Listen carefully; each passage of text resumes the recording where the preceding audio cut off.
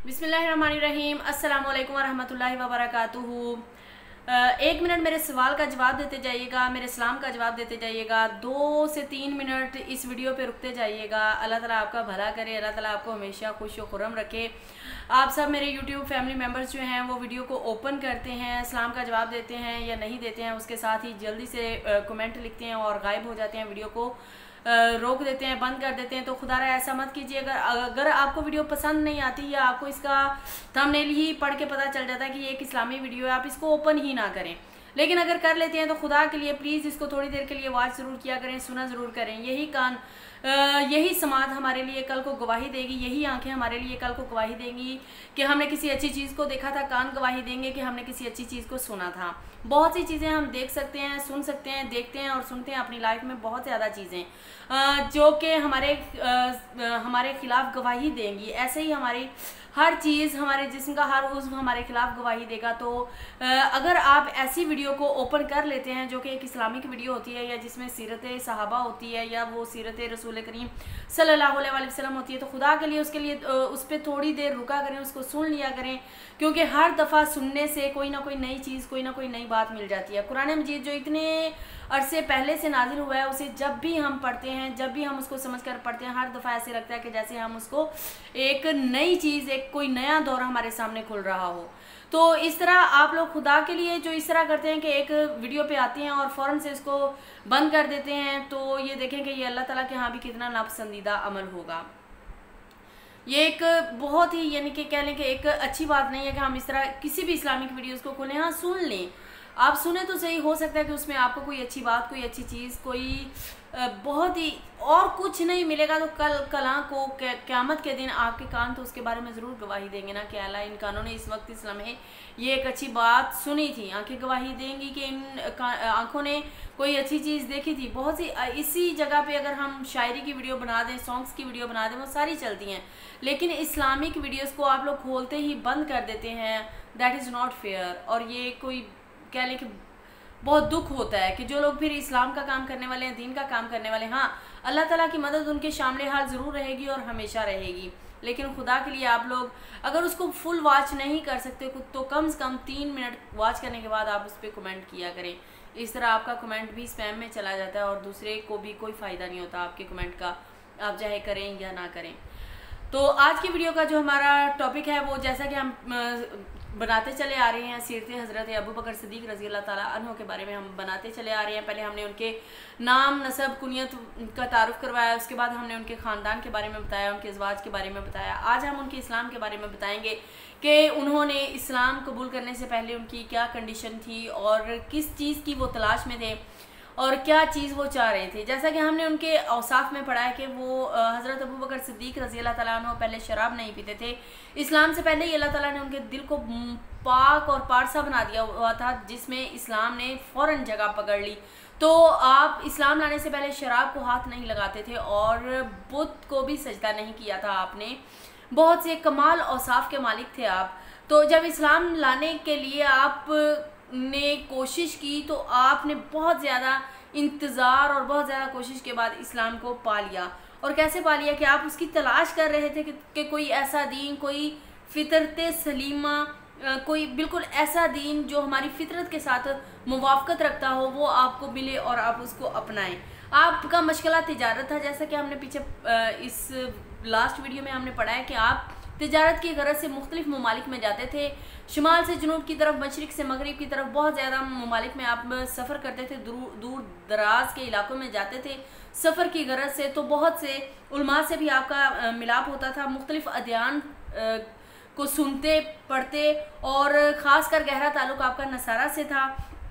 उन लोगों की बातों को गौर से सुनते थे जो तौहीद का परचम उठाए दीन हक़ की तलाश में लगे थे।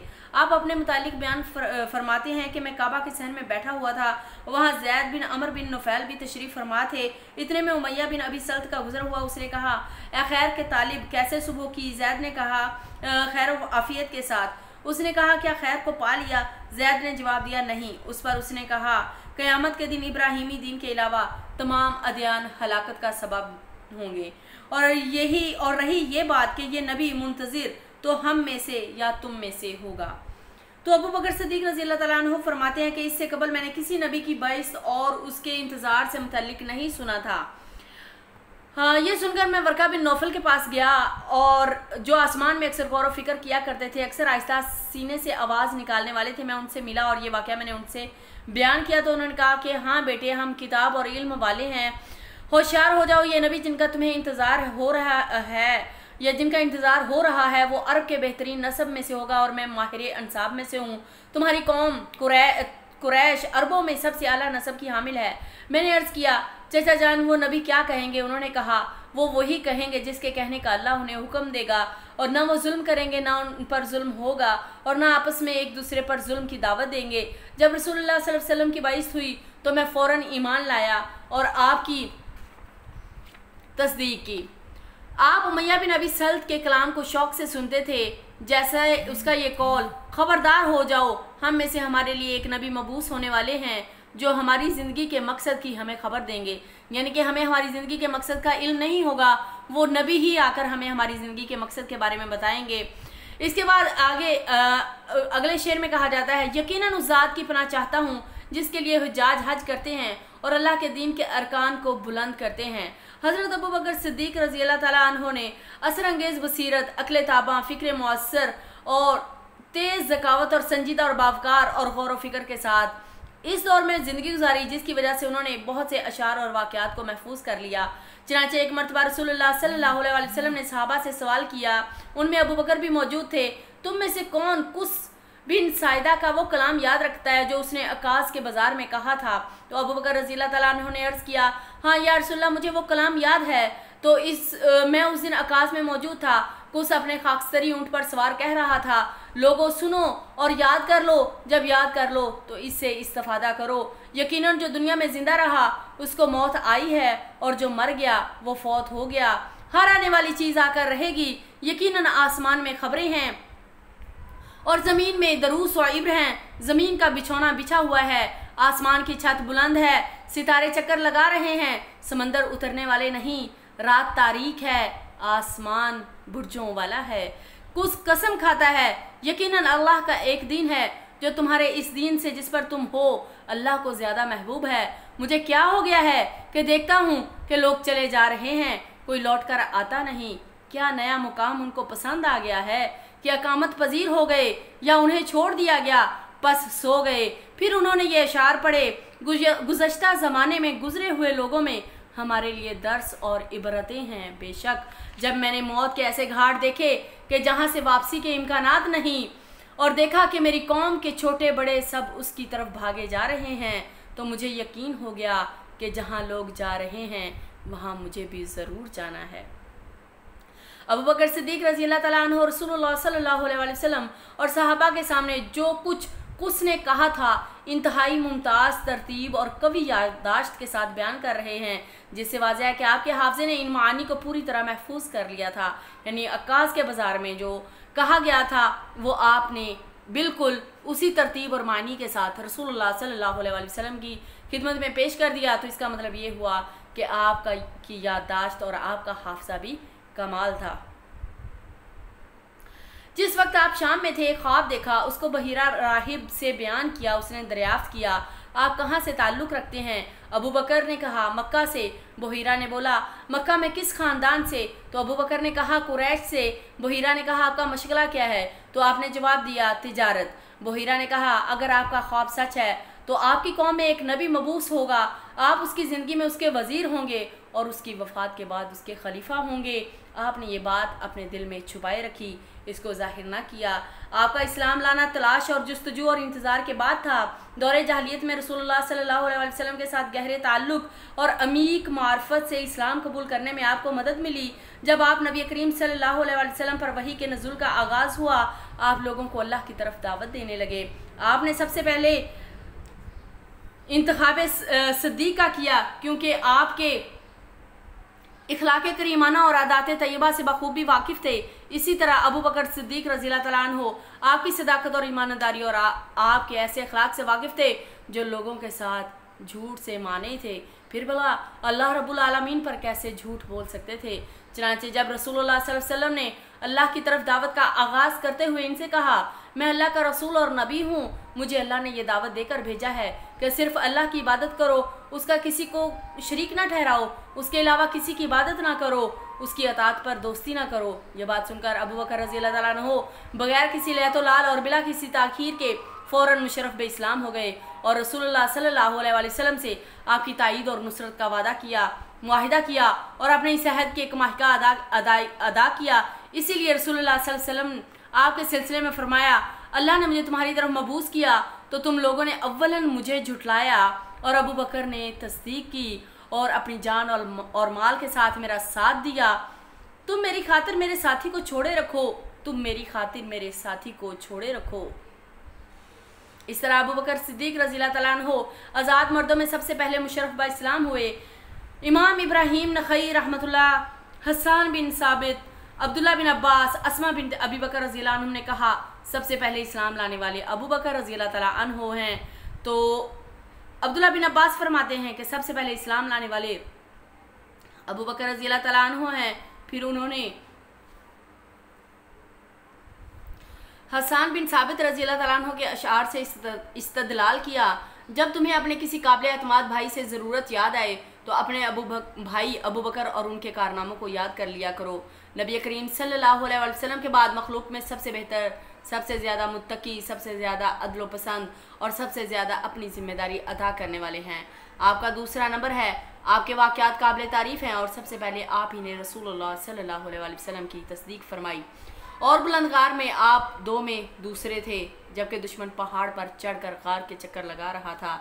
अल्लाह के हुक्म की सताइश करते हुए और माजी व हाल में अपने दोस्त रसूलुल्लाह सल्लल्लाहु अलैहि वसल्लम की तबाह करते हुए ज़िंदगी गुजार दी।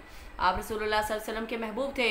लोगों को मालूम था कि मखलूक में आप सल्लल्लाहु अलैहि वसल्लम के नज़दीक आपके हम पल्ला कोई ना था।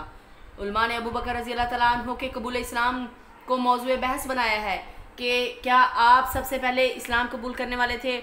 उलमा की एक जमात ने इसी को इख्तियार किया है और कुछ लोगों ने अली रज़ी अल्लाह तआला अन्हु को सबसे पहले इस्लाम कबूल करने वाला करार दिया है और कुछ लोगों ने ज़ैद बिन हारिसा रज़ी अल्लाह तआला अन्हु को पहला मुसलमान करार दिया है। अल्लामा इब्न कसीर ने इन मुख्तलिफ़ अक़वाल के दरमियान बहुत अच्छी तत्बीक कर दी है। फरमाते हैं इन तमाम अक़वाल में इस तरह तत्बीक की जाती है कि ख़वातीन में सबसे पहले इस्लाम लाने वाली उम्मुल मोमिनीन हज़रत खदीजा रज़ी अल्लाह तआला अन्हा हैं। बाज़ लोगों ने कहा मर्दों में सबसे पहले इस्लाम कबूल करने वाले हज़रत अबू बकर सिद्दीक रज़ी अल्लाह तआला अन्हु हैं और ग़ुलामों में सबसे पहले इस्लाम कबूल करने वाले ज़ैद बिन हारिसा रज़ी अल्लाह तआला अन्हु हैं। और जबकि वो उस वक्त बलूगत की उम्र को नहीं पहुँचे थे।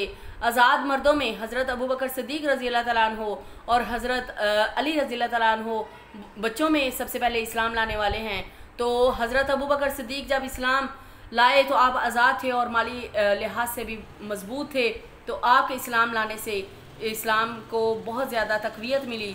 और इमाम अबू हनीफ़ा रहमतुल्लाह ने इन अक़वाल में जमा तदबीक पैदा करते हुए फरमाया आज़ाद मर्दों में सबसे पहले इस्लाम कबूल करने वाले अबू बकर रज़ी अल्लाह तआला अन्हु हैं। ख़वातीन में इस शर्फ़ को पाने वाली खदीजा रज़ी अल्लाह तआला अन्हा हैं और ग़ुलामों में ज़ैद बिन हारिसा और बच्चों में अली हैं।